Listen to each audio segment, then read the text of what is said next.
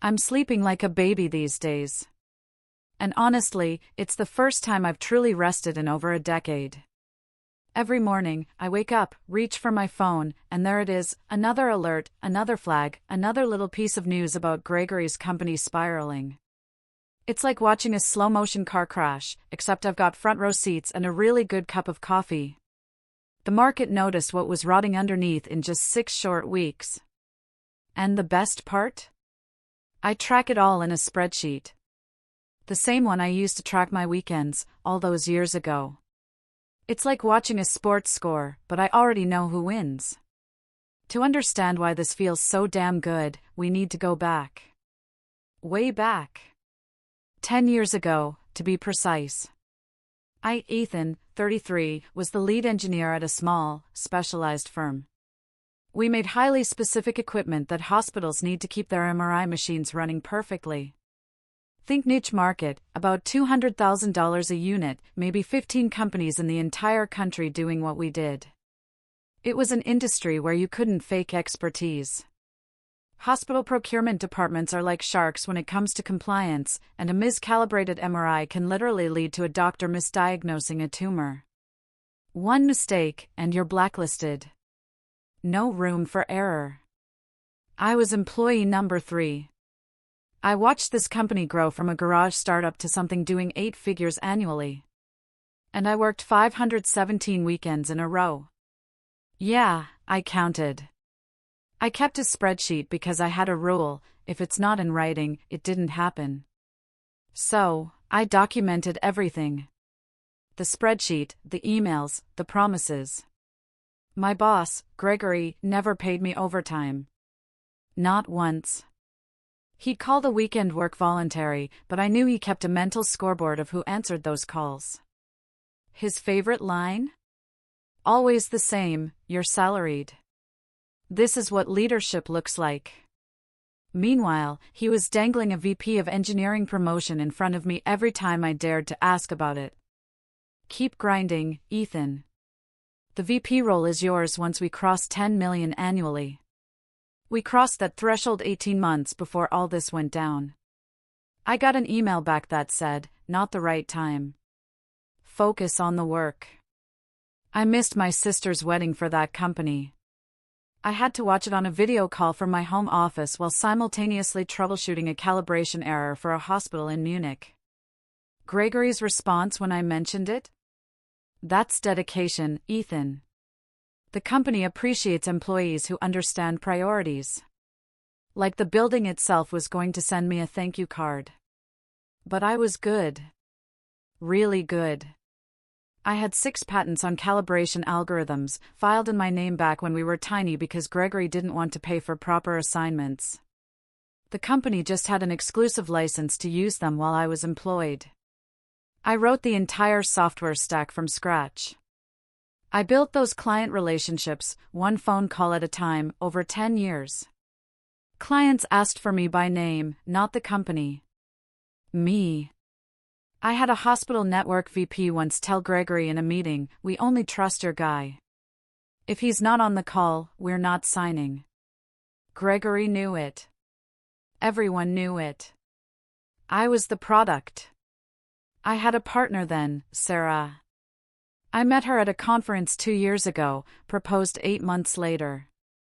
She worked in medical device sales for a competitor, which made Gregory paranoid I was leaking trade secrets. I wasn't. But that didn't stop him from making comments in meetings about how convenient it was that my girlfriend understood the industry so well. For months ago, a Friday at 4:47 in the afternoon, Gregory called me into his office. That specific time should have been my first warning sign. Nothing good ever happens at 4:47 on a Friday.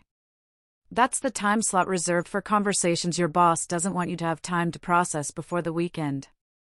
A woman I'd never seen before was sitting there when I walked in. Mid-40s maybe, wearing a blazer with the price tag still sticking out of the sleeve. Gregory was chewing gum, looking completely relaxed, like this was just another Tuesday. He introduced her as Veronica, brought in to help modernize our engineering processes while they searched for permanent leadership. She had that yoga instructor energy, warm smile, lots of hand gestures. Gregory leaned back in his chair with that smug look he always got when he thought he was about to win something. We're restructuring, Ethan. Veronica is stepping in as interim VP of Product Quality Transformation. Consulting basis initially, then we'll see where it goes. The VP role. The one he'd dangled for 18 months since we hit the revenue target. The one I'd sacrificed weekends and holidays and my sister's wedding for. He was handing it to someone who looked like she just walked out of a hot yoga class. I looked at her. I looked at him. I looked back at her. What's your technical background? She grinned, like she'd just won a prize at a carnival. Engineering is just problem solving, right? I'm great at that. I've solved all kinds of problems running a wellness business. Scheduling conflicts, equipment maintenance, customer complaints, it's all the same skill set when you really think about it. I didn't say what I was thinking, which was that calibrating medical imaging equipment is slightly more complex than deciding which yoga mats to order. Gregory cut in before I could respond. We're letting you go, effective immediately. And before you get any ideas about going to a competitor or starting something yourself, you signed a non-compete agreement. 2 years, no medical imaging work. You're done in this industry. He leaned forward with this utterly satisfied expression. You're not special, Ethan. You're just cheap labor that got too expensive. We can find another engineer. Probably someone younger who doesn't expect so much. I leaned back, a slow smile spreading across my face. The kind of smile you give when someone just showed you all their cards and they're holding nothing but junk. Send me everything in writing, I said. I stood up, straightened my jacket. The termination letter, the non-compete, all of it. I want documentation. Gregory looked confused for a second, like he expected me to argue or beg. You know what the best part of this conversation is, Gregory? I continued, my voice calm. You think you're firing me, but what you actually just did is trigger every reversion clause in those 6 patents I filed. The ones your entire product line depends on. Employment termination means license renegotiation. It's right there in the contracts. Page 7, Section 3, Subsection B. You signed them. Remember? Gregory's smile faltered, just for a second. But hey, I added, looking at Veronica, I'm sure Pamela here can figure that out. She's great at problem solving. I looked at her. Good luck with the calibration algorithms. They're only the core of everything this company manufactures, but I'm sure YouTube has some tutorials. I walked out before he could respond. Didn't give him the satisfaction of seeing me pack. Didn't say goodbye to anyone. The security guard who escorted me was a guy I'd known for 8 years, Frank. Good guy. We used to chat about his kids, his wife's health issues, the fishing trip he was planning for retirement. Now he had to walk me out like I was a criminal. He wouldn't make eye contact, just kept looking at the floor. I didn't blame him. He was just doing his job. But it hit different, you know? Having someone you've known for almost a decade treat you like a stranger because the guy who signs their paycheck told them to. I packed my box slowly. Photos of me with clients at installation ceremonies. A thank you card from a hospital network CEO after I flew out on Christmas Eve to fix an emergency. A small trophy from when we hit our first $1 million in revenue. My coffee mug that said World's Okayest Engineer, a gift from Daniel 3 Christmases ago. 10 years of work crammed into a cardboard box that weighed maybe 8 pounds. First thing I did when I got home was build a client continuity plan. Spreadsheet. Every hospital network we served, contact names, support history, escalation paths, who called who when things went wrong. I knew this company's client relationships better than anyone because I'd built most of them myself. That list was going to be my roadmap. Then I told Sarah what happened. Her reaction wasn't what I expected. Wait, he fired you? She looked panicked. Not concerned. Panicked, like I'd just told her I had a terminal illness. Oh my God, what are we going to do? The wedding is in 6 months. My parents already put down deposits. We have a mortgage. We have bills. This is really bad timing. I just stared at her. I just lost my job. I know, but do you have a plan? Because from what you're telling me, it sounds like you just accepted it. You didn't even try to negotiate. There was nothing to negotiate. He fired me. But you're just going to let him? God, I can't believe this is happening right now. That's when I realized we had a problem. But I had other things to focus on. Starting with documentation. That weekend after getting fired, I didn't rage. Didn't throw things. Didn't post angry messages on social media. I got to work. My attorney reviewed everything and basically confirmed Gregory's non-compete threat was just posturing. We set up an LLC, got business insurance, drafted contracts. Monday morning, my attorney sent formal notice by certified mail that the license terms required renegotiation within 30 days or they'd terminate. Nothing emotional, just clean documentation and a paper trail. My attorney also sent courtesy notices to Gregory's distributor and liability insurer. Professional, procedural, just informing them that licensing would terminate on a specific date unless new terms were agreed to. No drama. Just making sure everyone who needed to know about the IP situation was properly informed. Gregory had 30 days to figure out he was screwed.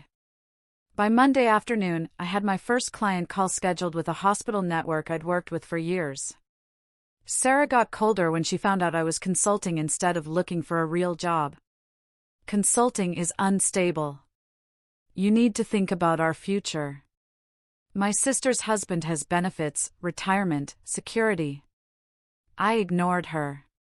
Meanwhile, Daniel, employee number 4, was settling into what would become the greatest documentation project of his career. He'd started 2 weeks after me back when the company was still operating out of Gregory's garage. Most people knew him as the funny guy, always cracking jokes, keeping morale up during the long hours. He'd bring donuts on Monday mornings and remember everyone's birthday.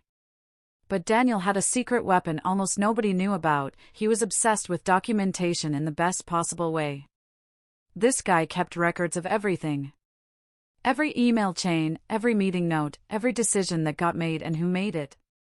He had a filing system that would make an archivist weep with joy. And he'd been doing it for 10 years, quietly building a paper trail that documented every single thing that happened at that company. The day I got fired, Daniel texted me, "This is absolute garbage. What do you need from me?" I told him, "Everything you've got. Every email, every decision, every screw-up. Document what Veronica does going forward. Get her approval in writing for everything.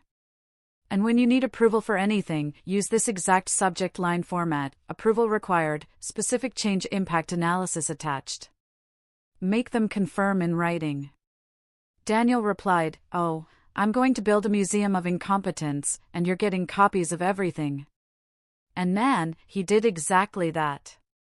Week 1, Veronica decides the software needs a more intuitive user experience and wants to remove confusing technical information from the interface.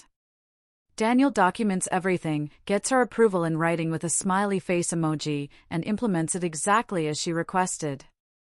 The new interface breaks compatibility with every unit shipped in the last 5 years. A German hospital's $200,000 machine starts throwing errors their techs have never seen. Daniel sends me the entire email chain within an hour: Veronica's approval, the technical specs she ignored, the warning he gave her, everything. I forward it to the hospital network's procurement director. Subject line: FYI, recent software changes at Gregory's company. No commentary, no explanation, just the facts. The client escalates. Gregory can't override Veronica without admitting he hired someone incompetent, and the contract terminates. $42,000 in annual revenue, gone. That hospital network calls me 2 days later for consulting.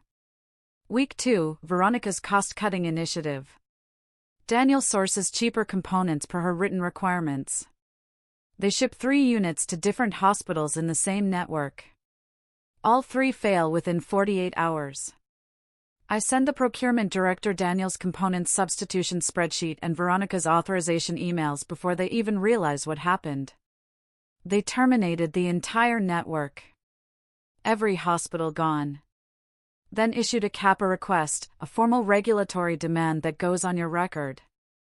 Other hospitals can see it. Veronica tried to respond with wellness speak about aligning energies toward quality outcomes. I sent her response to 3 other procurement contacts with a note, thought you might want to see how Gregory's company handles regulatory compliance these days. That's $4.2 million in revenue gone in a week. But the real damage was the procurement flag, non-compliant with quality standards. That flag spreads through databases. Other networks see it. Your approved vendor status goes under review everywhere.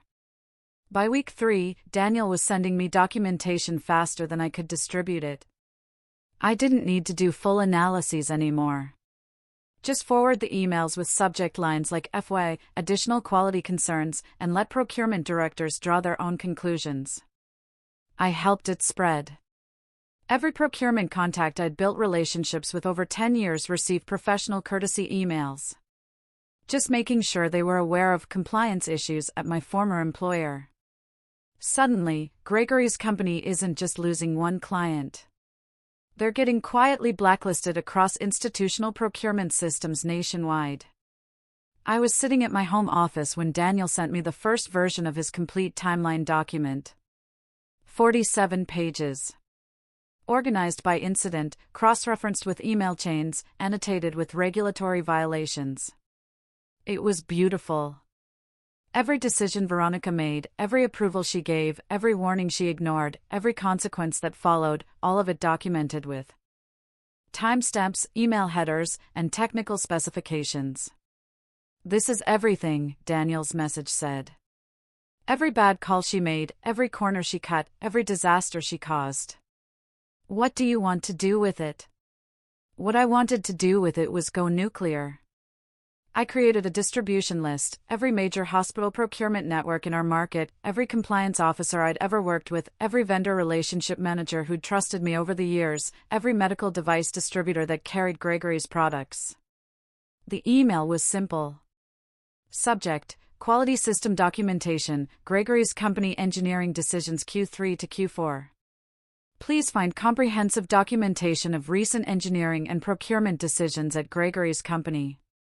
This information may be relevant for your ongoing vendor assessments and compliance reviews.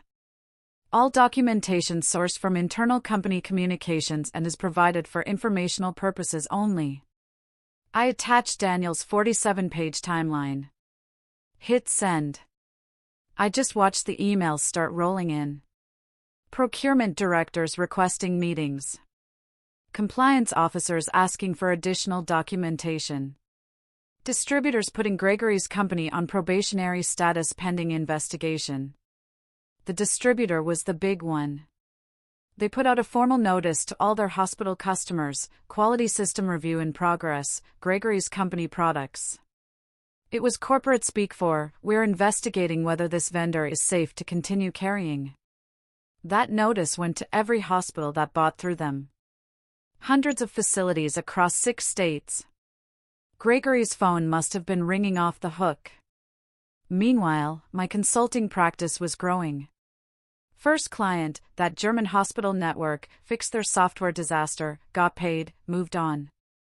Second through 6th clients, all from my mass email distribution. They saw the documentation, saw the problems, called me directly. 7th client, Gregory's former largest account. They called me specifically because of Daniel's timeline. Wanted to know if I could audit their existing equipment to make sure nothing else had been compromised. I could. I did. They paid premium rates. Daniel kept sending me updates. Gregory was spiraling, trying to contain the damage, trying to figure out who leaked the documentation, trying to keep his distributor relationship alive. The distributor froze new orders. More networks stopped returning emails. Gregory's company was hemorrhaging clients, and nobody could stop the bleeding. Then one night, I was doing background research on Veronica. LinkedIn didn't show much. Generic wellness coach profile, no medical device experience, no engineering background, nothing that explained why Gregory would hire her for a VP role. I started digging deeper. State business registrations, corporate filings, tax records that are public in Florida. That's when I found it. Veronica's full legal name on a property deed. The same last name as Gregory. The same property deed that had Gregory's name on it. Their vacation home in Montana. Purchased jointly 8 years ago. I pulled up more records. Marriage certificate filed 9 years ago. Veronica wasn't just some consultant Gregory hired. She was his wife. The VP role he'd promised me for 18 months since we hit the revenue target. The role I'd sacrificed weekends and holidays for. The role I'd missed my sister's wedding for.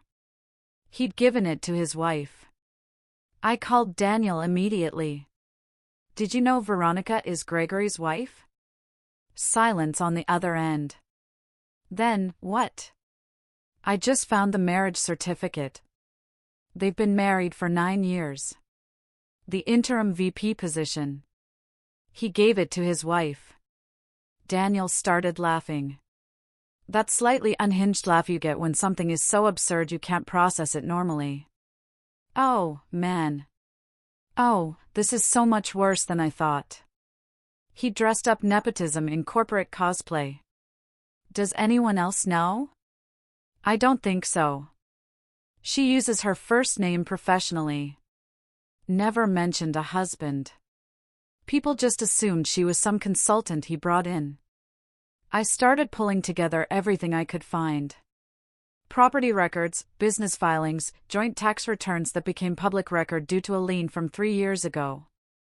Built a complete paper trail showing that Gregory had put his completely unqualified wife in charge of technical operations. What are you going to do with this? Daniel asked. Add it to the documentation package. Send an updated version to everyone who got the first one. Let them know exactly who's making engineering decisions at Gregory's company. That's going to destroy him. Yeah, it is. I sent the updated documentation package that night. Same distribution list, new subject line, updated quality system documentation, additional context on leadership structure. The new email included everything: the marriage certificate, the property records, the fact that Gregory had fired his lead engineer to give the VP role to his wife, the timeline of disasters that followed. Sarah saw me send it. We were barely speaking by this point, but she was still living in the house, still wearing the ring, still pretending we had a future. You're really doing this? She said. Not a question. Yeah. I didn't look up from my laptop. You're going to ruin him? Probably. She waited, like she expected more. An explanation, a justification, something she could argue with. We're done, Sarah. She blinked. What? Done. Over. Take your stuff and go. You can't be serious. Why? I finally looked at her. It's about who you are, Sarah. It's about what you showed me when things got hard. I don't want a woman who's scared. I want a woman who's got my back. You're not that. You never were. I just didn't see it until now. Her voice cracked. I love you. I don't care. 3 words. I didn't even look at her when I said them. She stood there for a long time, waiting for me to take it back, to soften, to give her something to work with. I didn't. So that's it? 2 years and you're just done? Leave the ring on the counter. She started crying. I kept working. 20 minutes later, the door closed. The ring was on the counter. I dropped it in a drawer and went back to my emails. She texted that night, then the next morning, then 3 more times that week. I never opened them. Eventually, she stopped. Some people show you who they are when things get easy. Others show you when things get hard. Sarah showed me plenty. The distributor formally terminated their relationship with Gregory's company. Released a statement about quality system concerns and leadership structure issues. Industry speak for, we read the documentation about the nepotism and disasters. 3 more networks cancelled. The procurement flags had spread through their shared databases like an infection. Gregory's company was effectively blacklisted from institutional sales. I decided it was time for the walkout. I called Daniel. He'd been planning it for weeks. Not a strike in the traditional sense. Engineers don't strike like miners, they strike like engineers. Clipboard energy and paperwork. Tuesday morning at 9 a.m., Daniel had prepared what he called the strike SOP, Standard Operating Procedure. Because, of course he did. The document had version numbers, revision history, an attendance log, a meeting minutes template, and a section titled Risk Assessment, Management May Attempt Intimidation. Every engineer got a copy the night before. Everyone knew the plan. They walked out together. All 9 of them, wearing company polos like it was a field trip. Daniel had printed signs on regular printer paper taped to cardboard backing. Nothing fancy, nothing cute, just facts. The signs read, Quality Systems, not Vibes. Kappa is not a yoga pose. Traceability, not optional. I did not sign up to manifest compliance. Ask me about the email where she approved. Patient safety matters. They stood in the parking lot with their clipboards and their signs, looking like the most boring protest in corporate history. Silent, professional, holding printed policy pages. It looked less like a strike and more like a compliance audit that had wandered outside. I was parked across the street the whole time. Black coffee, windows down, front row seat to the greatest show in medical device history. Daniel knew I was there. We'd planned it. He wanted me to see this in person. And honestly, I wouldn't have missed it for another sister's wedding. Gregory came out, doing the chest-forward thing, like he was about to address troops. Started with, "This is insubordination." Loud enough for the whole parking lot to hear. Then Veronica stepped out next to him. And that's when people started putting it together.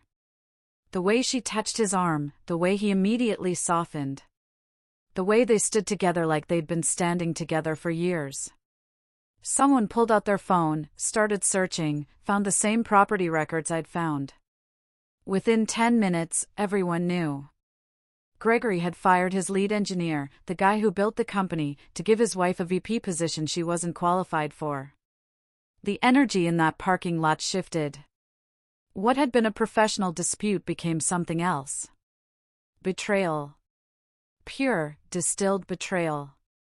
Gregory tried to regain control. Puffed up again. Quality is just documentation anyway. Anyone can push paper. He said it loud, trying to sound tough, not realizing he just admitted the thing that was literally killing his business. Half the engineers started smiling. They knew the distributor had already terminated. He just told everyone exactly how little he valued the thing that cost him everything. That's when it happened. Chris, quiet guy, never said much in meetings, been there 6 years. He calmly walked over to the recycling bin near the entrance, pulled out an empty kombucha bottle, one of Veronica's. She'd been leaving them all over the office since day one, lavender mint flavor. The whole building smelled like a spa that was slowly dying. Gregory was mid-sentence about consequences for insubordination when Chris wound up and yeeted that empty bottle in a perfect arc across the parking lot. It bounced off Gregory's chest with a hollow plastic thunk and landed at his feet.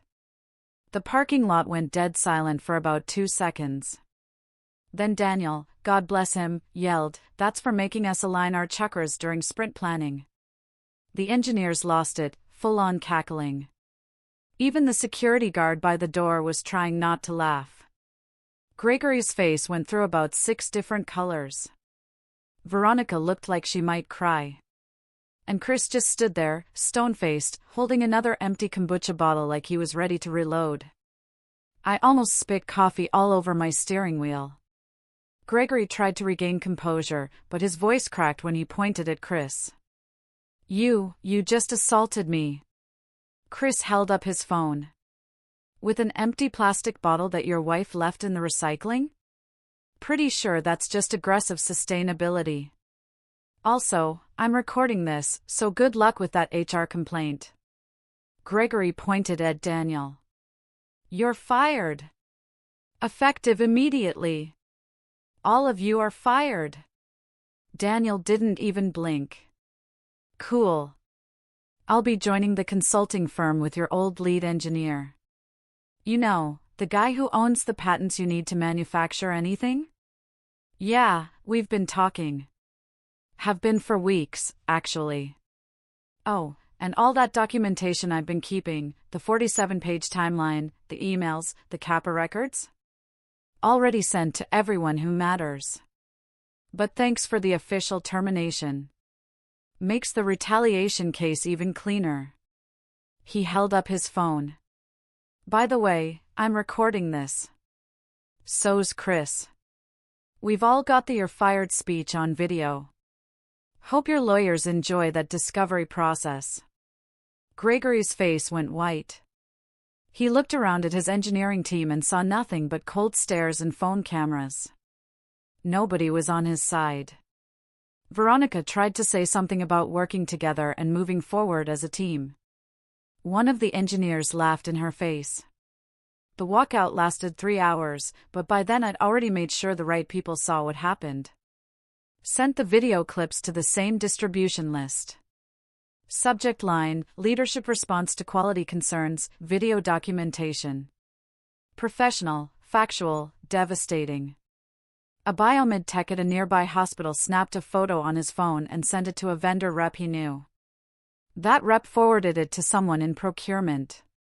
Procurement forwarded it to compliance. By the next morning, Gregory's company was the subject of quiet emails with FYI in the subject line. The kind that ruin you without anyone ever raising their voice. But I didn't wait for quiet emails. I made sure it wasn't quiet. I sent the walkout videos to medical device trade publications. Thought you might find this newsworthy: engineering team protests quality concerns at local medical device manufacturer.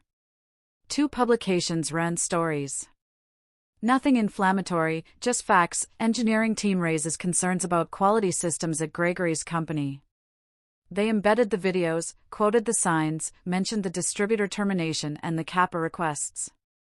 Suddenly, it wasn't just industry gossip. It was public record.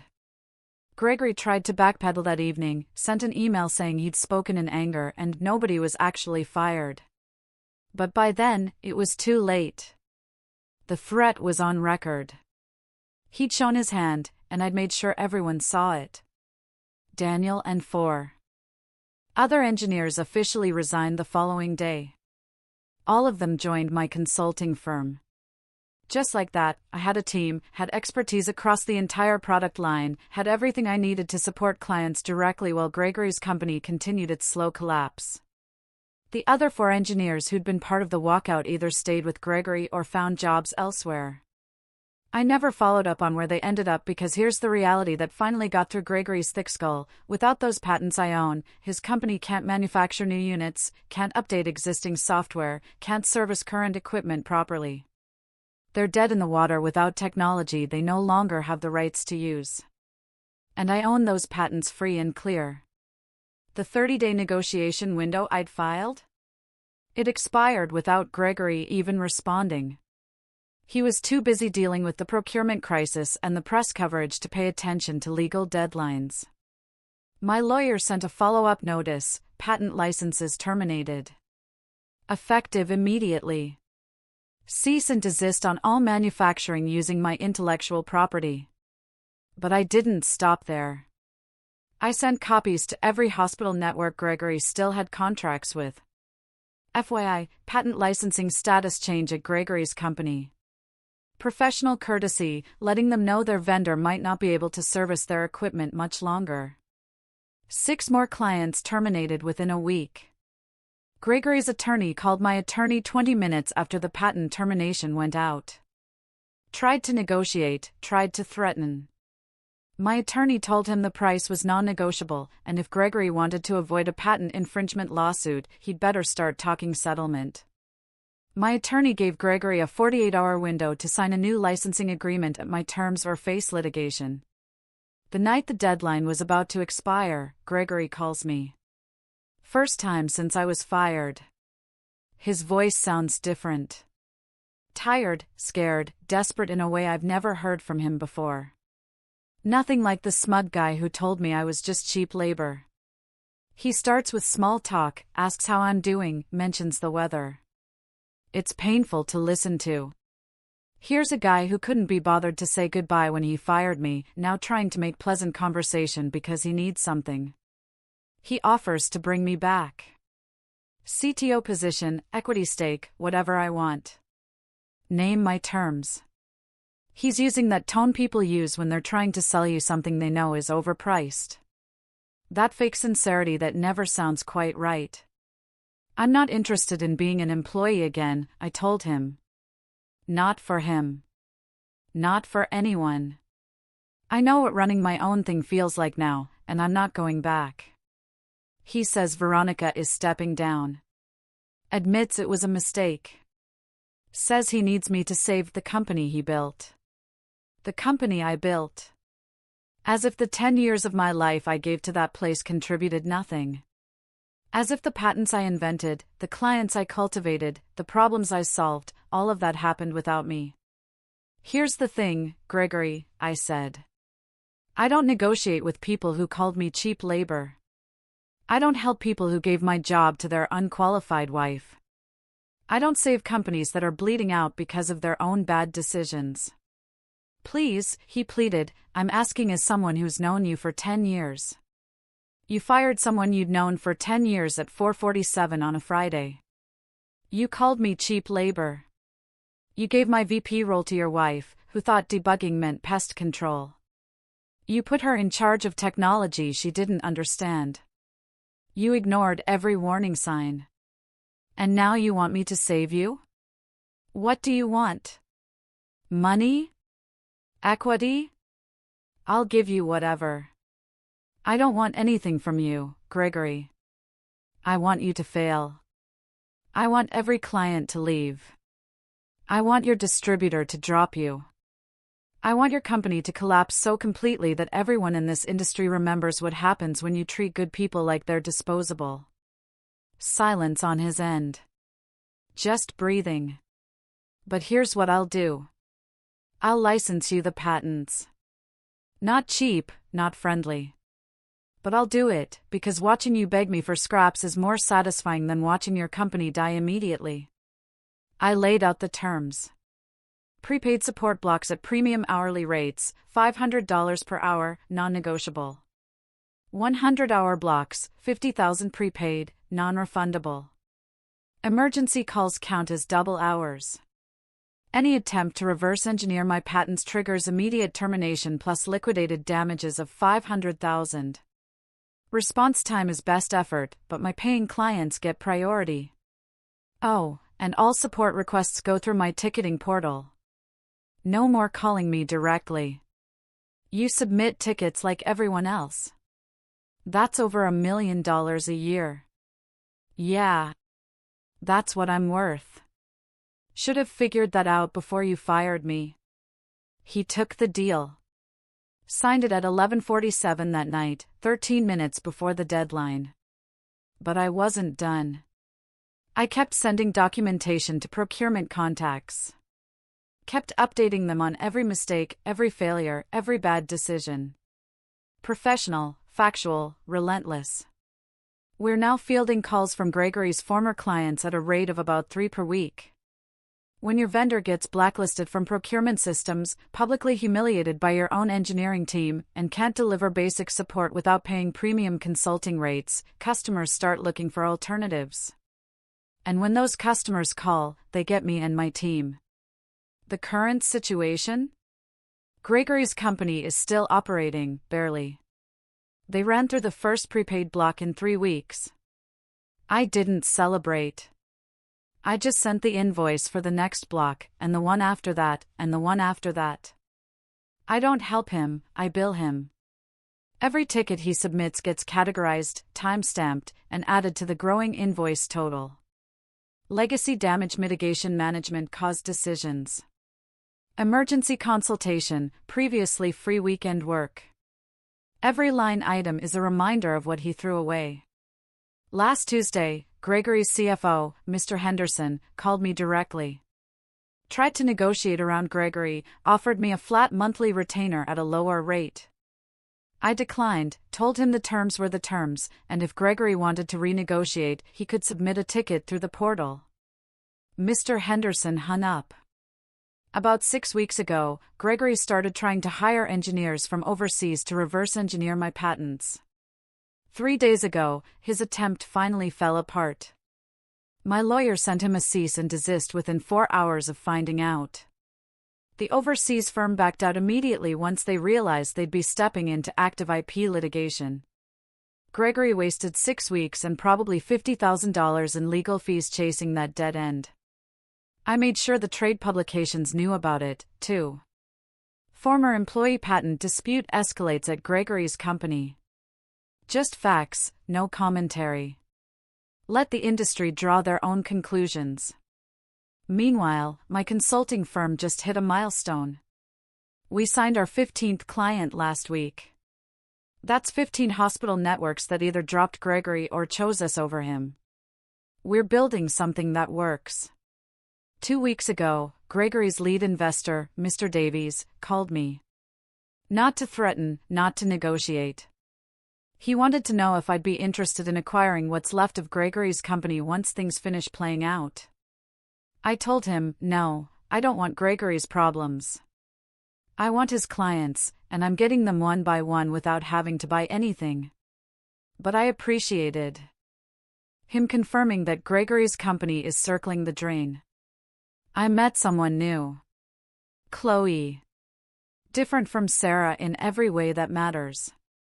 Met her through Daniel, actually, his wife's friend. She's a teacher. Doesn't know anything about medical devices. Doesn't care about my consulting rates or my revenge or any of it. When I tell her about my day, she asks if I'm happy. Not how much I bill. Not whether I'm winning. Just if I'm happy. And honestly, yeah, I am. That's the difference. That's what matters. This morning, I got an email from him. Can we negotiate a better rate structure?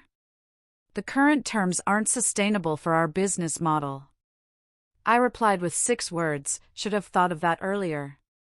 An hour later, Gregory replied, please, I'm begging you. I can't keep paying these rates. The company can't survive like this. I wrote back, you're right. It can't. That's the point. You called me cheap labor. You told me I was nobody. You gave my job to your wife and thought you could replace me with someone younger and cheaper. Now you're learning what I was actually worth.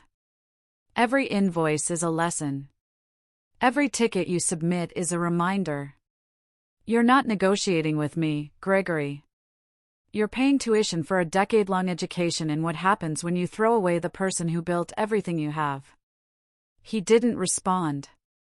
Tomorrow I have a call with the hospital network that was Gregory's biggest client.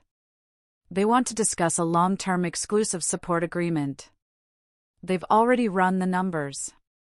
They know Gregory can't support them anymore. They know I can.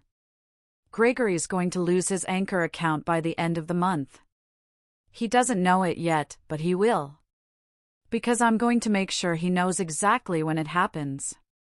A professional courtesy email. Just wanted to inform you that we've entered into a support agreement with Hospital Network name.